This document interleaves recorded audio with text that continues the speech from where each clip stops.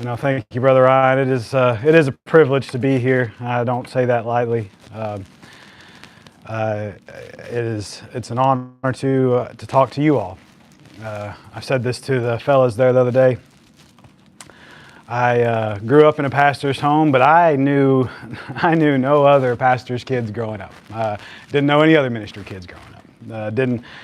Dad had a lot of pastors' friends. I never really met their kids. Never really got to talk to anybody else that was even remotely in the same vicinity of what my life was like. And so you all should cherish this. And also, it's an honor to speak to you because it's like I get to speak to things I wish I would have heard when I was y'all's age. And it's an honor that Brother Ryan asked me to be here. I said it to the fellows also. He is my youth pastor. He's the only one I ever had. And sometimes when he hollers at y'all telling me to be quiet, I'm back there like, I'm trying. It's I'm trying my best. And then every time he starts this whole thing, would you rather be here than off driving in a burning bus off the cliff? It's like, yep, I knew where that was coming. Heard that since I was a teenager. But with that being said, he gave me one thing I love about Brother Ryan is he prays a lot about everything he does. And God really gives him what's needed. And he gave me a topic that I pray I can do it justice for God and justice for you all to give. So if you will, turn if you will to Hebrews chapter 12.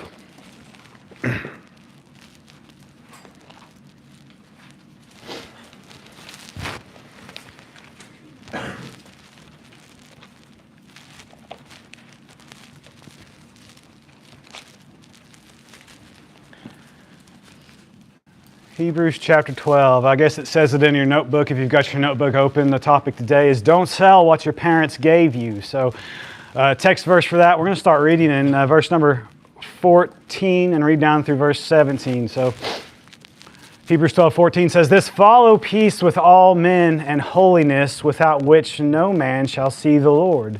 Looking diligently, lest any man fail of the grace of God, lest any root of bitterness springing up trouble you, and thereby many be defiled.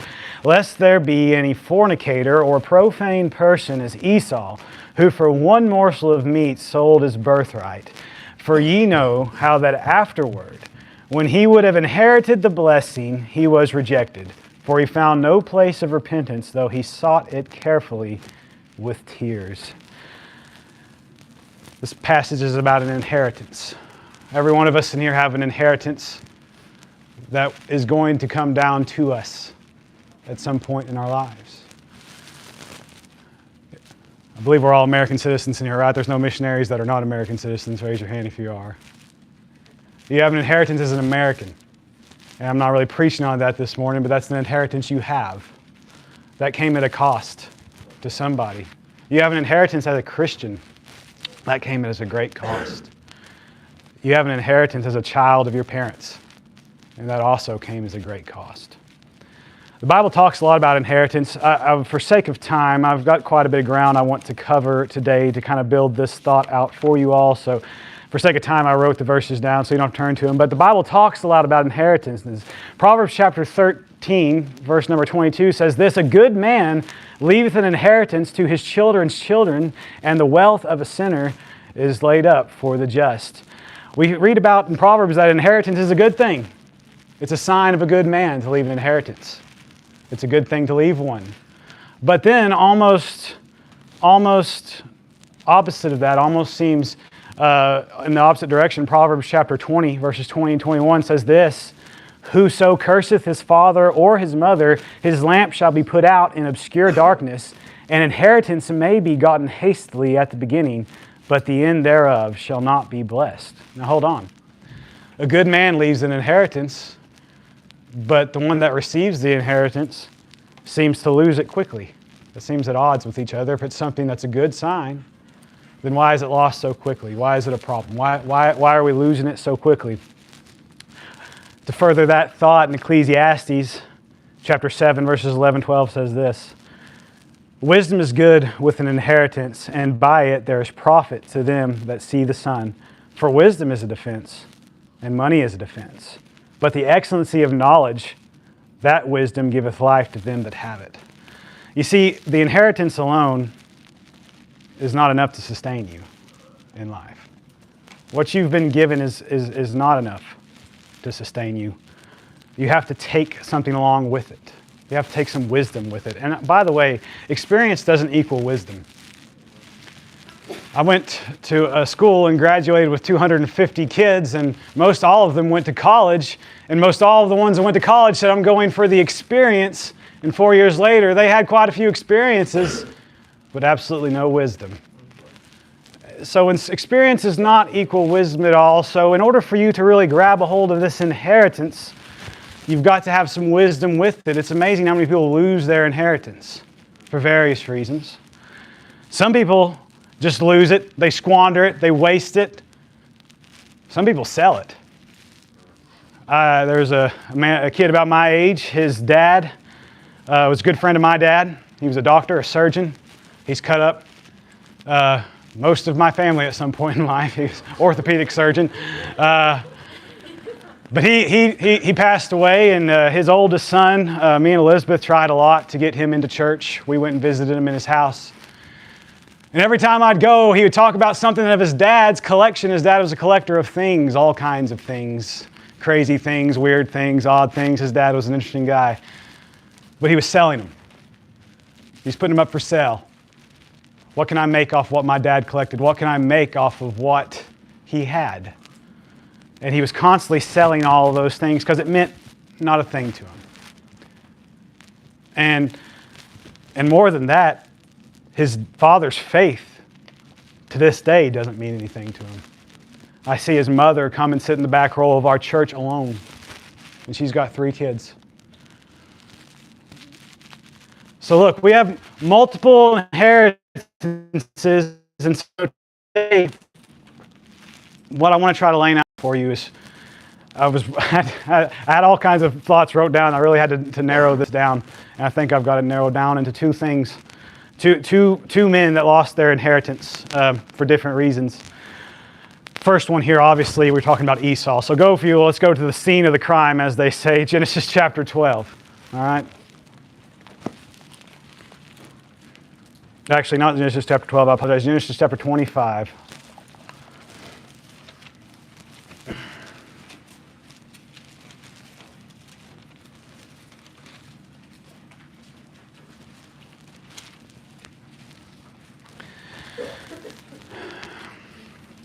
Before I read chapter 25, I actually want to catch the first 5 verses of chapter 26 real quick.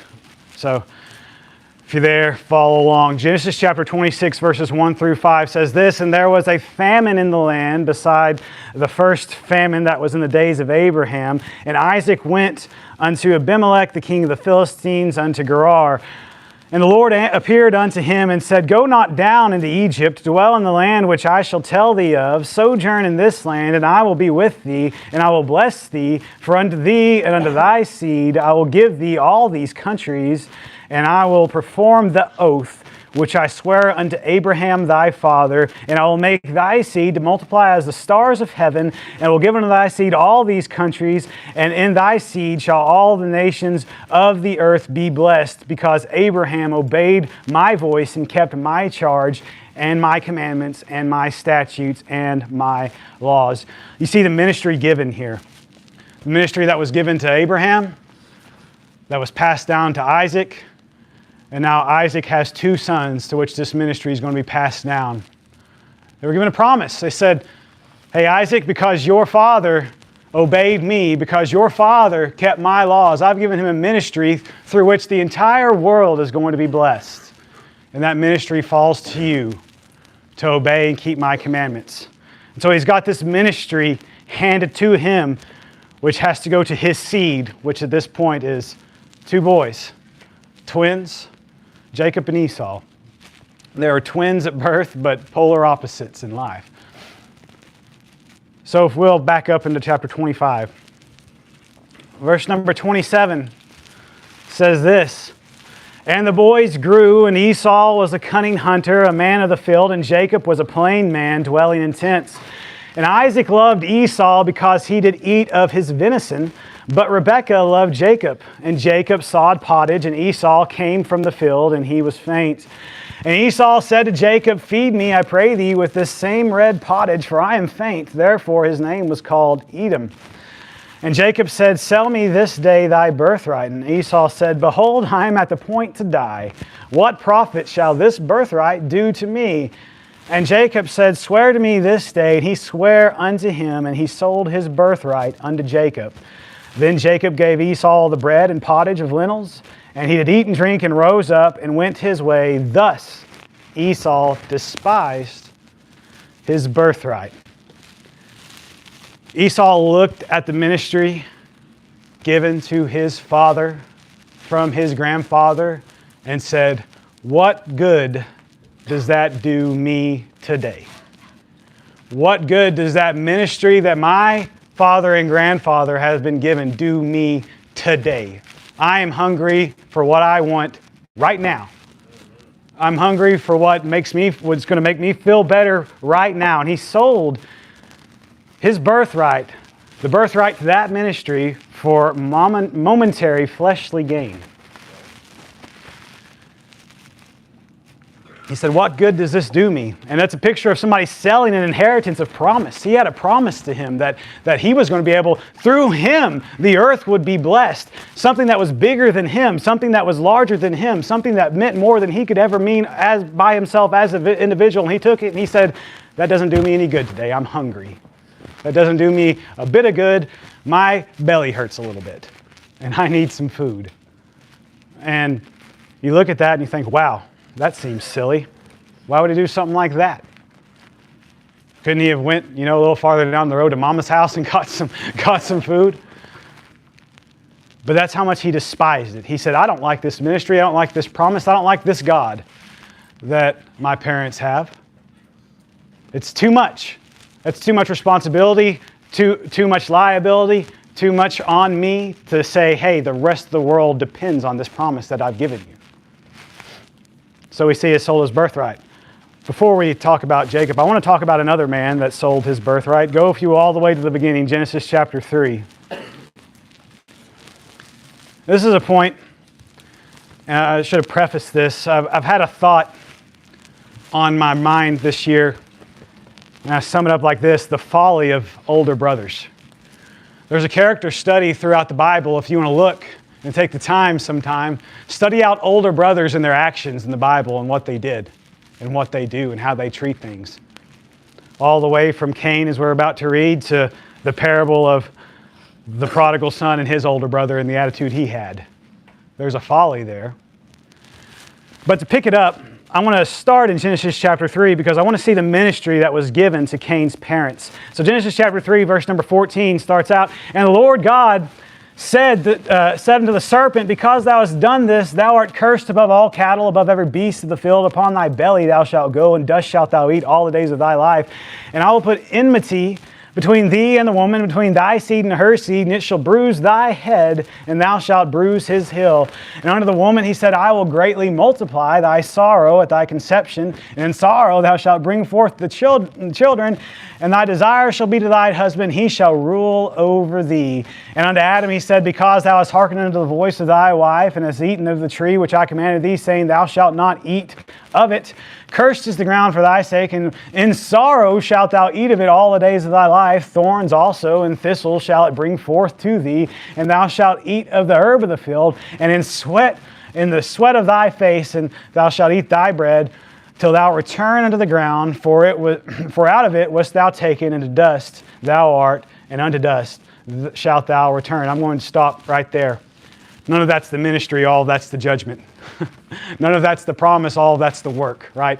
Everything we just read there, from the men to the women, that was all about the labor, all about the work.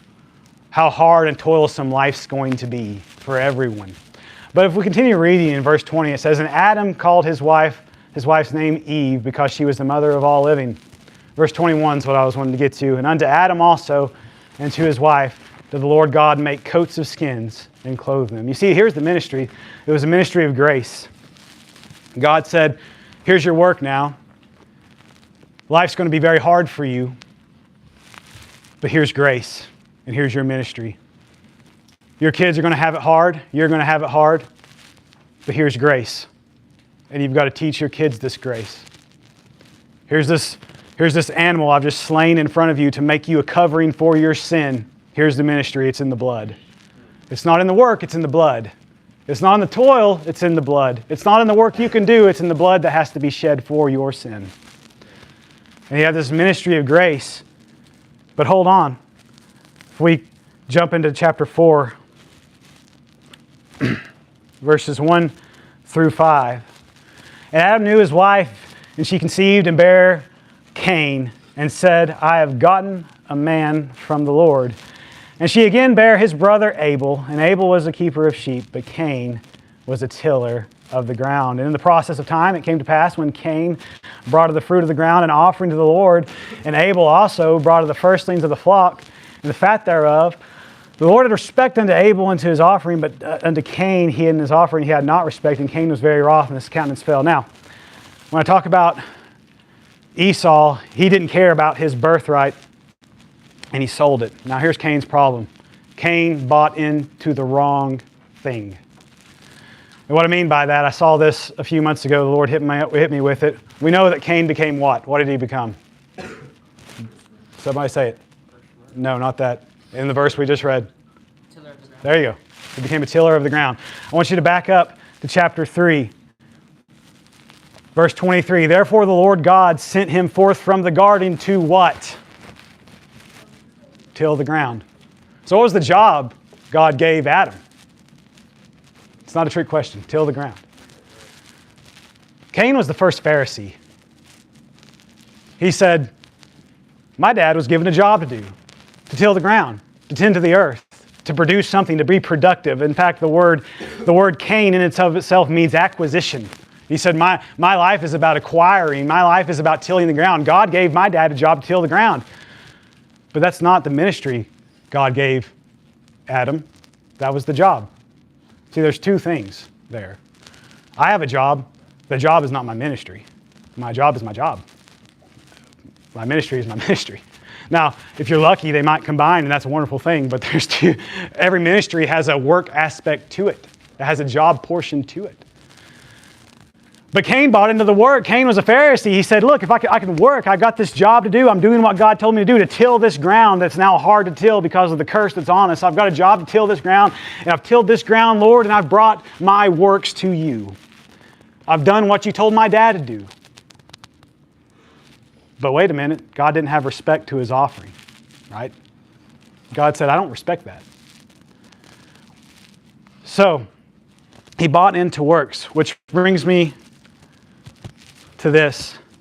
How do you keep an inheritance?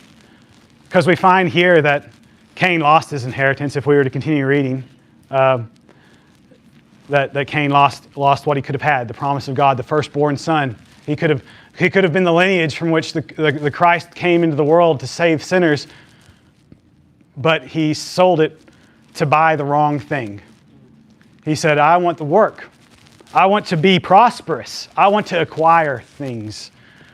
I want to acquire things of this earth. I want to do the work so people can look and say, look at how good I've done. I've taken the earth, I've tamed it, I've tilled it, I've brought forth fruit out of it by my power. But how do you keep it? You see, an inheritance, you can't just keep it all alone, right? In order to keep an inheritance, you've got to buy into it. You've got to purchase it. Another verse in Proverbs says, buy the truth and sell it not. You have to purchase your inheritance. You have to have skin in the game. It has to mean something to you. It doesn't mean anything if you don't buy into it. It doesn't mean a thing in the world unless you don't buy into it. You have to have skin in that game, and that's what Abel did. The word Abel in itself means exaltation, or what ascends. That's what Abel's name means. And Abel said, yeah, Dad's got to till the ground. We've got to till the ground. But somebody's got to bring the blood. What was the purpose of him raising this sheep? He became a keeper of the sheep. At this point, as far as we know, they didn't eat meat. I guess they could have sheared the wool and made clothes out of it. But the sole purpose for keeping sheep was to bring that sheep to God and slay it before God and say, God, I'm a sinner, and something has to die for my sin. Something's got to die. Blood's got to be shed. And Abel said, Yeah, we've got to work to till the ground. We've got to work to provide something. But man, we need a ministry to cover our sin. We need a ministry to cover this grace. And Abel said, I'm not interested in acquiring the things of man. I'm not interested in acquiring the things of this world. I'm interested in a God that loves me. I'm interested in grace. I'm interested in that. And I'm going to bring this sheep to God. He lived his life above carnal work. He lived his life in a spiritual work. And it's interesting, from that point on, the world viewed shepherds as a disgrace. If you remember when Jacob was coming into Egypt during the famine, when Joseph brought him in, he said, don't tell them you're shepherds. Don't tell them you're shepherds. They look down on shepherds. Don't tell them that. What's your occupation? I'm a shepherd. The first words out of his mouth. He said, I don't care what you think about my occupation. I'm a shepherd. And that was Abel's idea. Abel said, look, I know we got to till the ground. We got to have food to eat. We got to have a place to live. That's obvious. But Abel said, none of that really matters. In the grand scheme of life, the ministry that was handed to my mother and father because of their sin, because of their iniquity, is a ministry of grace that I've got to preach. Let's go back to Jacob, though. Go, if you will, to Genesis chapter 32.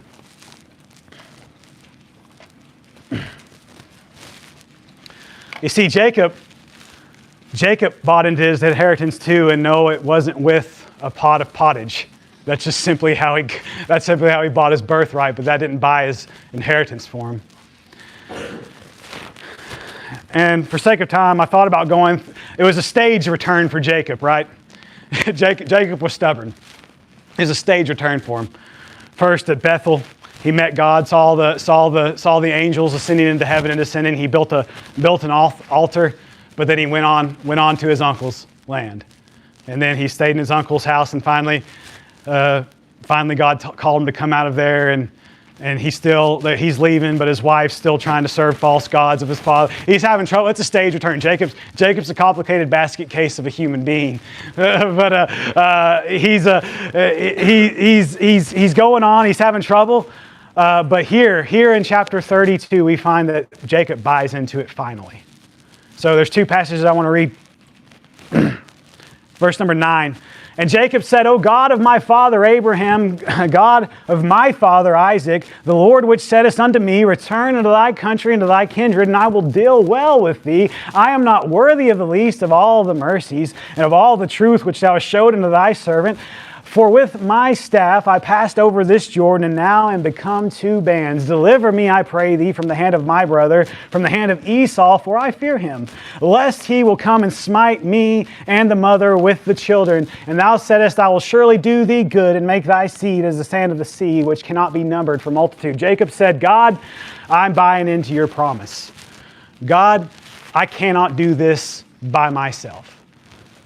You've promised me, you've made me a promise, you've given me your promise, your word, but I cannot keep this promise by myself. I'm laying myself totally and entirely at your feet. I'm going into this land, and last time I was here, my brother vowed to take my life. And now what is he going to do? He'll probably take my life, my wife's lives, and my kids' lives too. But Lord, I'm following you. I'm following you even if this means I'm following you to my death. But Lord, help me. You see Jacob begin to buy into this, and then finally, and Brother Robbie, you read this. I tell you, the worst thing about preaching later in the week is everybody starts using verses that you have written down. John started yesterday, then Brother Robbie last night. I'm like, guys, stop it. but no. Getting on down into it. Verse 24. And Jacob was left alone, and there wrestled a man with him unto the breaking of the day. And when he saw that he prevailed not against him, he touched the hollow of his thigh, and the hollow of Jacob's thigh was out of joint as he wrestled with him. And he said, Let me go, for the day breaketh. And he said, I will not let thee go, except thou bless me. And he said, What is thy name? And he said, Jacob. And he said, Thy name shall be called no more Jacob, but Israel, for as a prince thou hast power with God and with men, and hast prevailed. You see, right there is when Jacob fully bought in. He had a hold of God, and he said, God, I'm not letting you go. You can break my thigh, you can break my leg, I'll walk with a limp the rest of my life, but I'm not letting you go, God. I'm not going to do it. I'm not going to let go of it. And he grabbed a hold of me and said, God, I buy into this. I'm buying 100% into my inheritance. You promised my grandfather, you promised my father, you promised us that we would bless the entire world, and I believe that with all my heart entirely, and I'm not going to let go of that promise no matter if it's to my own detriment. I'm not going to let go of it. I am buying into it. And so you might be thinking, what does that mean for me? I'm just a pastor's kid. I've not got the promise of the world on my shoulders that I know of. I don't think God spoke to my father in the middle of the desert and told me he was going to have the sand of the sea. But you do. Really, you do. That promise is passed down to the church. And you might be wondering, well, how do I buy into my inheritance? What's that cost anyways, right? A word of advice for life, if somebody says you got to buy something, the first question out of your mouth should be, how much does that cost me? What is that going to cost me to buy into my inheritance? You see, the world views inheritance as something that you just get given. But the fact of the matter is you've got to buy into it. But what's that cost you? What does that cost you? I'm going to be honest with y'all.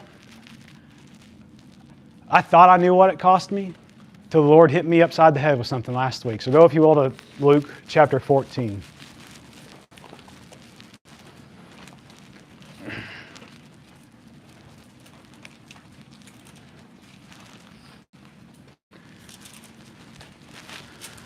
Luke chapter 14. I could quote most of this passage to you. I thought I understood this passage.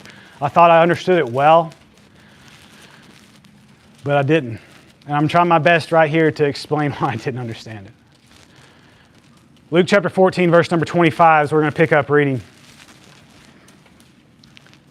And there went great multitudes with him, and he turned and said unto them, If any man come to me, and pay attention to this list, and hate not his father and mother and wife and children and brethren and sisters, yea, even his own life, he cannot be my disciple. And whosoever doth not bear his cross and come after me cannot be my disciple. For which of you, intending to build a tower, sitteth not down first and counteth the cost, whether he have sufficient to finish it?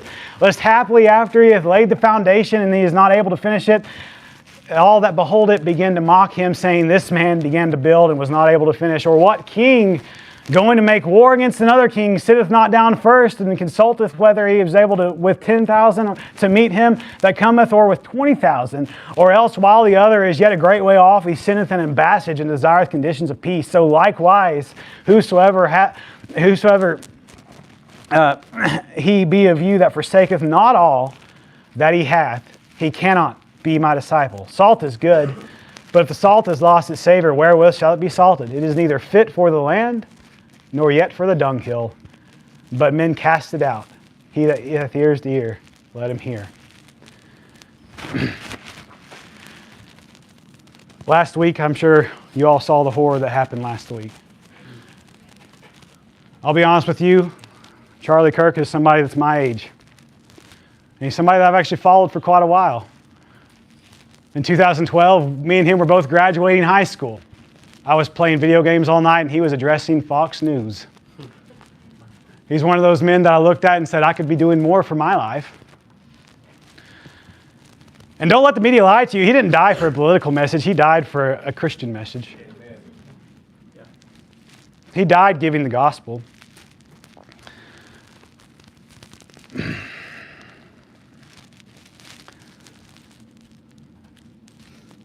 But I think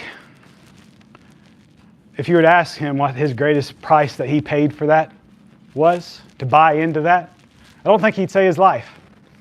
You know, as a young man, all of us probably think, yeah, I'd give my life for Christ or whatever cause it is. In fact, the data is out there.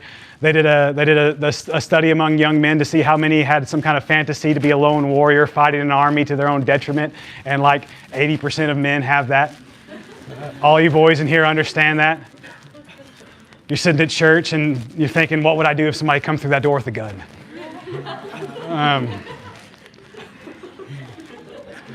And that's just, hey. You guys know what I'm talking about. Listen, I think if you'd asked Charlie Kirk, he wouldn't say, you know, the hardest thing was me taking a bullet. Of all the videos I saw last week, I had the unfortunate problem of seeing the deed being done. That was hard enough to see. It's nothing you wanted to see.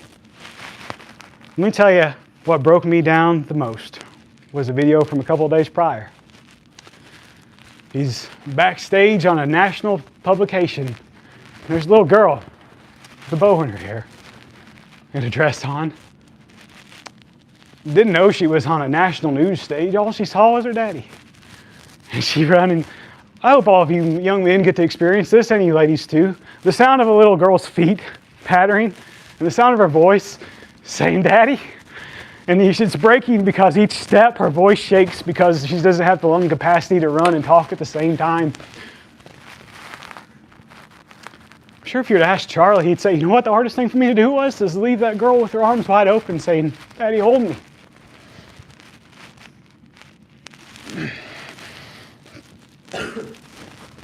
All I could think about was my little daughter.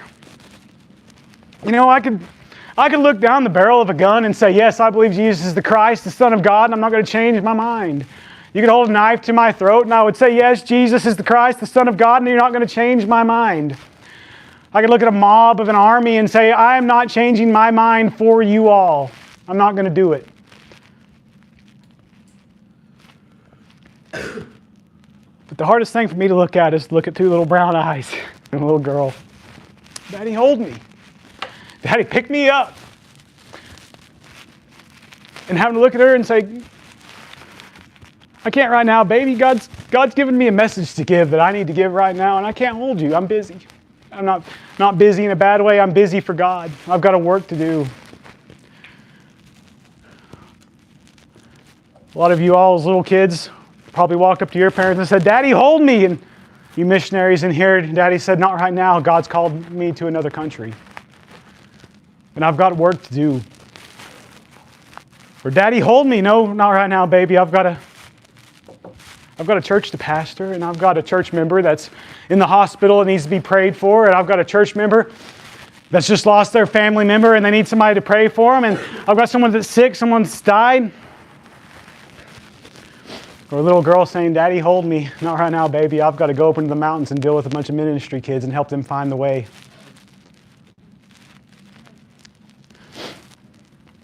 You know, and it gets even harder with my daughter.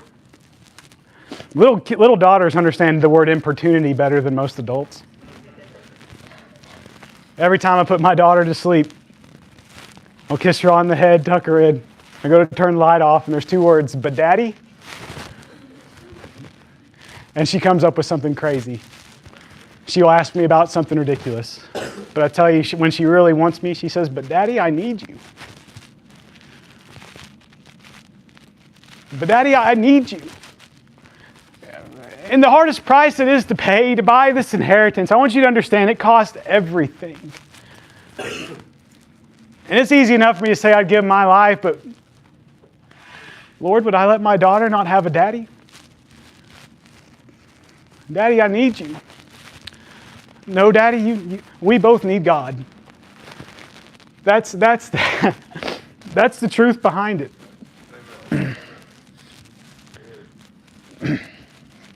You see, you could be thinking, I don't know, some of you might be thinking, nah, that's ridiculous. It's not that bad. Surely it's not that bad. Let me tell you, each and every one of your parents paid that same cost. You think, you don't know my parents. You don't know anything about me. I don't know most of you personally. But I've got a dad who's in ministry, and I was in the 6th grade. And he got a fatal cancer diagnosis. And he'll tell you this, I'm not speaking out of turn. He went straight to the altar of our church, sat down on the altar, and he said, God, I've got 2 daughters and a son and a wife that I can't hold anymore. I don't have the power to hold them anymore. I don't have the ability to hold them anymore. This ministry you've given me is taking me away from them. And I've got to give them to you. And that's real. You see, the cost of keeping your inheritance, we all have an inheritance to give. The cost is everything to keep it, everything in your life. But hey, there's a cost to selling it too, and that cost is your soul. That cost is your soul and the soul of your kids and your grandkids. That's the cost of selling. And you think, well, if the cost is everything, what do you get out of it? Everything. Every time your little daughter holds your hand, you know that her other hand's being held by a hand a lot stronger than yours, a lot bigger than yours, a lot more eternal than yours. Every time you make your little son smile, you know there's somebody else that can make him smile even bigger. Every time you can't hold your daughter, you know there's somebody else that's holding her better than you can anyways. Oh, and then there's the greatest reward when your daughter comes to your wife and says, I want my name in the book of life. I want to be in heaven. That's where I want to be. And it doesn't matter if you had to miss out on a few things because you had some ministry to do. You had to be at church early a lot. You had to be at church late a lot. You had to be at church just a lot in general.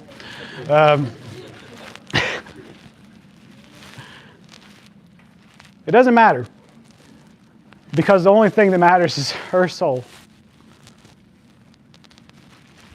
And there's only one person that can save it. 3 John 4 says, I have no greater joy than to hear that my children walk in truth. So some of you in here are your parents. You may or may not know it or recognize it yet, but they've paid the greatest price they could possibly pay. Of course, they've paid something to have you be here. They had to buy a flight, drive you down here, rent a car to get you here this week, and sure, there was some physical payment. Let me tell you, all of you at some point were a little kid with your arms wide open, saying, hold me. And at some point, your parents had to say, not right now. God's got a job for me to do. And I think we all owe our parents a hug around the neck and say, thank you. And on top of that, I think we owe it to God to go before Him and say, God, I want that inheritance too. To be like Jacob and grab a hold of it and say, God, I'm not going to let you go till you give me that inheritance. I'm not going to let you go until you show me exactly what that's about. You have a choice tonight, to buy or to sell.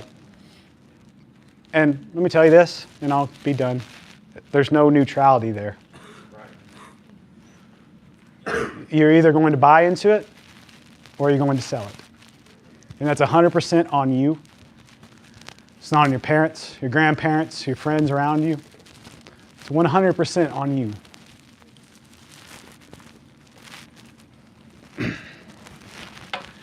That's the choice. Everybody head bowed and every eye closed.